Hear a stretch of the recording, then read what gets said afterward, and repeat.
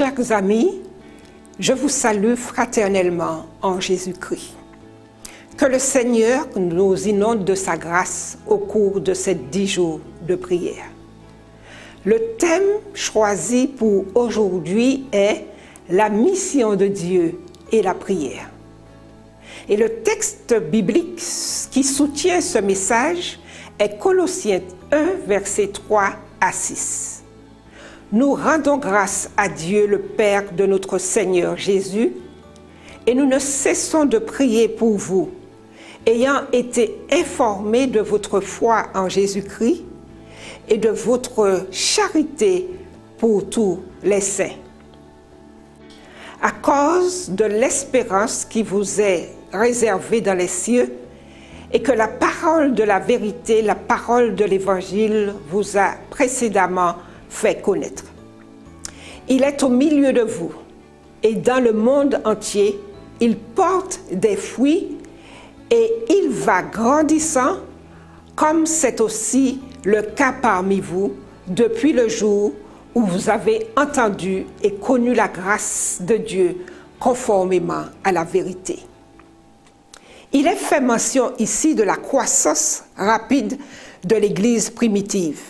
La croissance de l'Église du Nouveau Testament a explosé. En réponse à des prières sincères et sérieuses, le Saint-Esprit a été déversé avec une grande puissance. 3000 personnes ont été baptisées en un seul lieu et en un seul jour. Dans le livre des Actes, au chapitre 4, il est dit que beaucoup de ceux qui avaient entendu la parole crurent et le nombre des hommes s'éleva à environ 5000. Acte 4, verset 4. Si l'on inclut les femmes et les enfants, le nombre de croyants quelques mois à peine après la Pentecôte devrait certainement être de 15 000 à 20 000. Tout au long du livre des Actes, l'Église a continué à croître rapidement. Acte 6 déclare que de nombreux prêtres ou chefs religieux obéissaient à la foi. Le verset 7 de Acte 4. Le récit relate la prédication de Philippe en Samarie, les voyages missionnaires de Paul dans tout le monde méditerranéen, l'étude des Écritures par Pierre avec Corneille et les croyants remplis du Saint-Esprit partageant partout le message du Christ. L'impact de l'Évangile était si grand que l'apôtre Paul pouvait déclarer que l'Évangile a été prêché à toute créature sous le soleil. Colossiens 1, verset 23. L'expérience de l'Église du Nouveau Testament est instructive pour l'Église d'aujourd'hui alors que nous attendons la venue de notre Seigneur. Quelle est la clé du succès? Pourquoi l'Église a-t-elle grandi si rapidement à cette époque? Examinons quelques raisons. L'Église du Nouveau Testament priait pour tout ce qu'elle faisait. Ces premiers chrétiens vivaient une vie totalement dédiée à Dieu et dépendante de lui. Ils reconnaissaient qu'ils étaient impuissants à accomplir la mission de Jésus sans la puissance de Jésus. Ellen White le dit de manière succincte. Il nous faut toujours regarder à Jésus et comprendre que c'est sa puissance qui agit. Tout en travaillant avec zèle en vue de sauver ceux qui sont perdus, prenons le temps de prier, de méditer la parole de Dieu. Seuls les efforts accompagnés de beaucoup de prières et sanctifiés par les mérites du Christ serviront d'une manière durable la bonne cause.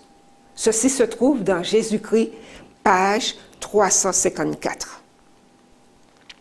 La mission de Dieu. la voix de Dieu. Notez bien cette instruction. C'est la puissance du Christ qui accomplit son œuvre à travers nous. Ce n'est pas notre sagesse, notre intelligence, notre charisme ou nos propres connaissances. La sagesse pour convertir des âmes vient de Jésus. Le pouvoir de changer la vie appartient à Christ seul. En dernière analyse, seul le travail accompli avec beaucoup de prières et sanctifié par les mérites de Jésus-Christ s'avérera avoir été efficace pour le bien. La mission de Dieu doit être accomplie à la manière de Dieu.